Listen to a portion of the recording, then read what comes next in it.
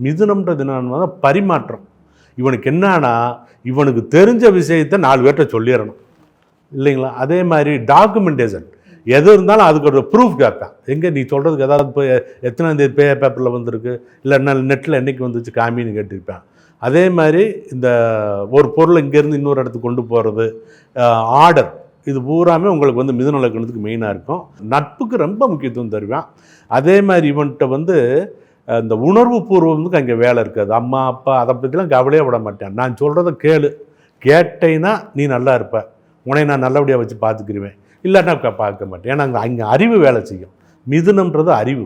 ஒரு ஆம்பளைக்கு இந்த மாதிரி இருந்துட்டா இப்போ பரவாயில்ல. ஒரு பொம்பளை அறிவுபூர்வமாக இருந்து ஆம்பளை இந்த பணத்தில் வீக்காக இருக்கான்னு வைங்க, ரொம்ப வீக்காகி போயிடும் இல்லையா? அங்கே என்ன போயிடும், பிரயோஜனம் இல்லாமல் போயிடும். அதெல்லாம் நம்ம ஜாதகத்தை அந்த பொருத்தம் பார்க்குறப்ப அது பயன்படும். இது அந்த மிதுன லக்னம் கெட்டு போச்சுன்னு வைங்க, புறணியாக பேசிக்கிட்டு இருப்பாங்க.